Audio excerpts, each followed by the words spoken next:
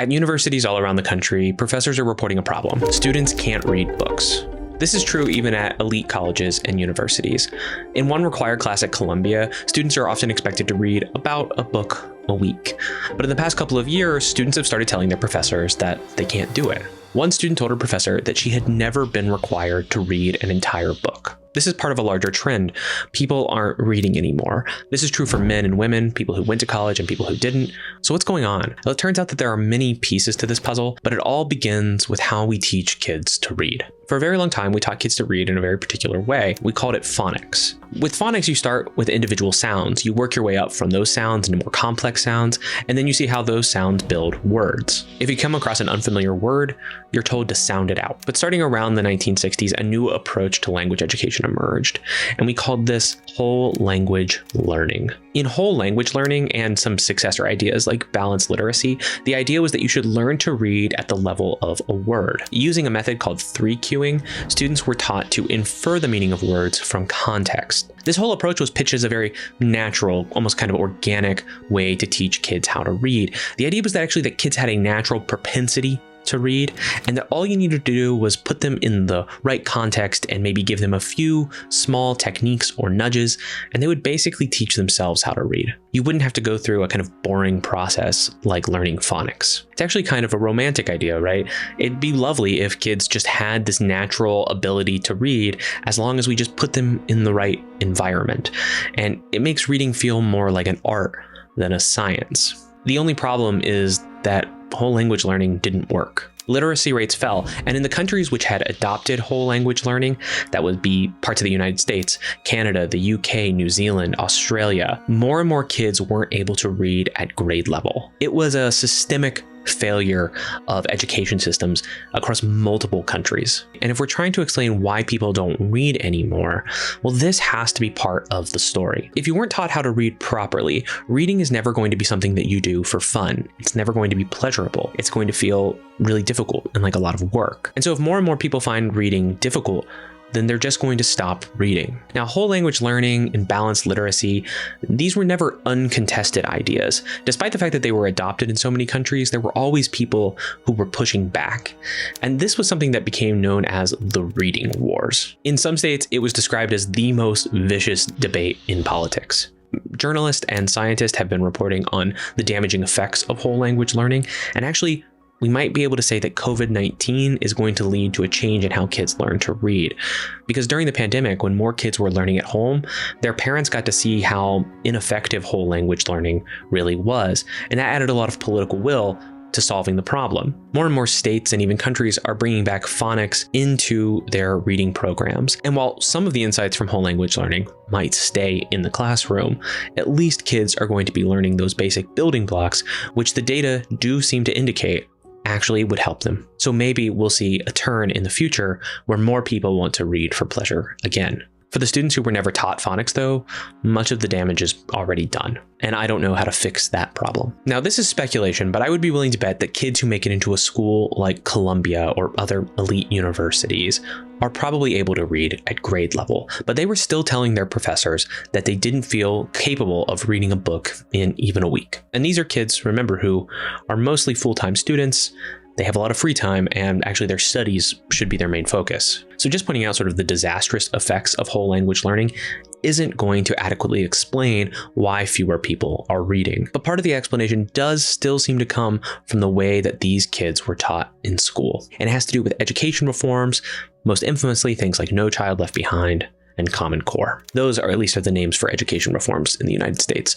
Other countries have different systems. I'm not talking about those here. The push to reform education in the United States emphasized two things: informational text and standardized testing. When students were being taught how to engage with the text, they were learning how to extract information from it. You would even see people say that books were outdated and that we needed to teach kids about the text that they would actually encounter in real life, like articles or web pages. So as an exercise, a student might be presented with an excerpt from a longer text. They would be asked to analyze the argument or talk about what evidence was presented in the text, or even what the thesis statement was. And a lot of this would happen in English classes, where traditionally you would be first exposed to reading longer and more difficult books. So instead of learning things like analyzing symbolism or theme, or being able to practice your close reading of text, you were mostly focused on extracting information from those excerpts. Doing that traditional English stuff like close reading builds something that we could call your reading stamina. And when a student who is fully capable of reading says that they can't read a whole book in a week,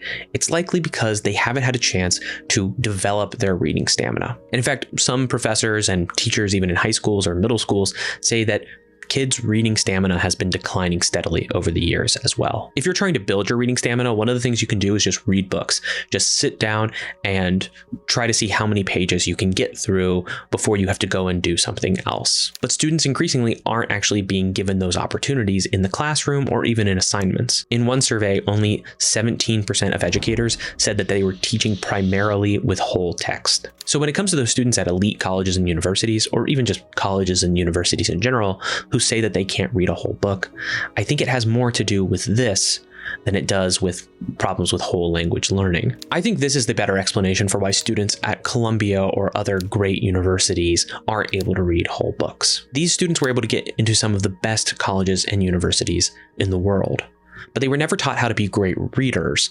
They were taught how to be great test takers. So when these students get to college and they're asked to read whole books, they can't do it because this is a completely different skill than they've been told that they need to develop in high school. So much of their education has been about optimizing themselves for standardized tests and then eventually to take something like the SAT or the ACT. And if you're just trying to do really well on a standardized test, you need to focus on reading excerpts and being able to answer multiple choice questions, or maybe write a 5-paragraph essay about what you just read. You don't have to focus on analyzing themes in Tolstoy, Dostoevsky, Dickens. You don't have to worry about reading great books. So then if you have a required freshman class that's about great novels in the Western tradition, well, this might be your first time being exposed to many of those great novels in the Western tradition.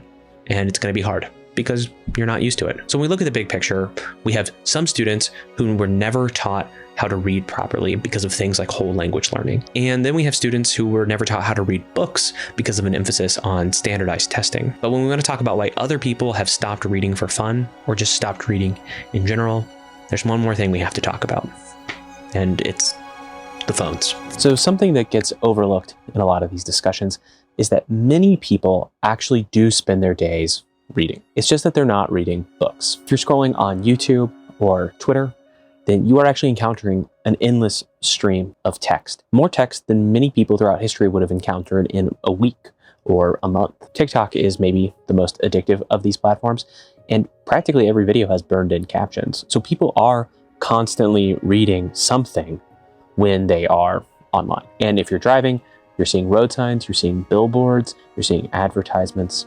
The world wants you to read. It just doesn't really want to give you the time that it takes to read a good book. So this is my backyard, and occasionally I'll come and I'll bring a book and I'll try to get some reading done. It's peaceful and it's quiet, and it's one of the places that I really love.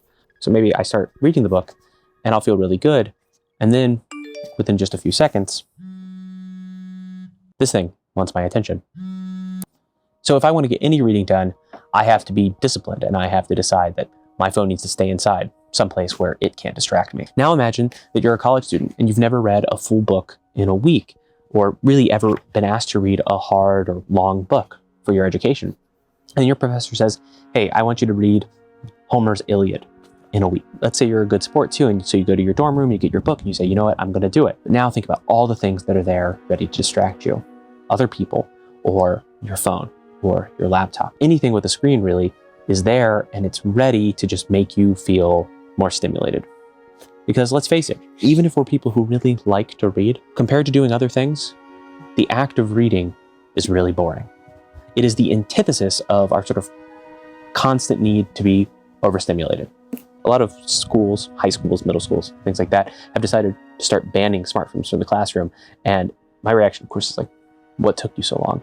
Of course, students aren't going to be able to read or learn properly if they're constantly distracted by their phones. So not only have we systematically failed students as we've taught them to read, or not taught them to read in some cases, we've also just designed a world that is there to constantly demand our attention And that takes us away from those deeper, reflective, sort of focus-heavy practices like reading good books. So when adults try to say why they don't read anymore, they usually cite three things.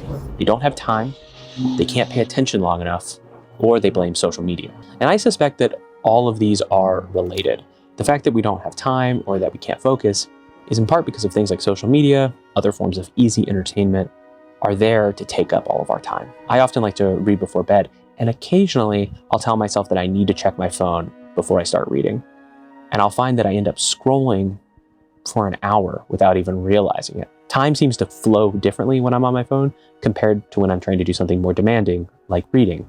It's easier, it's more instantly pleasurable, even though at the end of the day, I feel terrible about it. So I expect that a lot of the things that I found are true for me could be true for you or for many other people, and are part of this broader explanation of why nobody reads anymore. So the result of all of this is that fewer and fewer people read books. You have your super readers who read tons of books and they keep the average numbers up. But you have more and more people who decide that reading just isn't for them. I don't know exactly what we're supposed to do about that, but that's where we are.